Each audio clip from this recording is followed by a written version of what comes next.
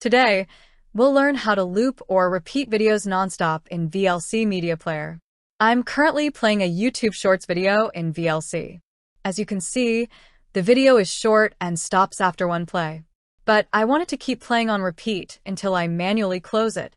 To do this, simply click the loop button in the VLC control bar. Once activated, the video will continue playing without stopping. Now, let's take it a step further. If I go to the playlist and add another video, both videos will play one after another and keep looping continuously until I close VLC.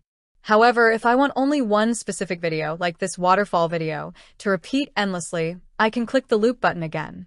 This will change the icon to show a 1, which means only the selected video will loop, even if there are multiple videos in the playlist. And that's how you can loop either a single video or multiple videos using VLC Media Player. If you found this video useful, don't forget to like and subscribe to our channel for future updates. Thanks for watching. In the end,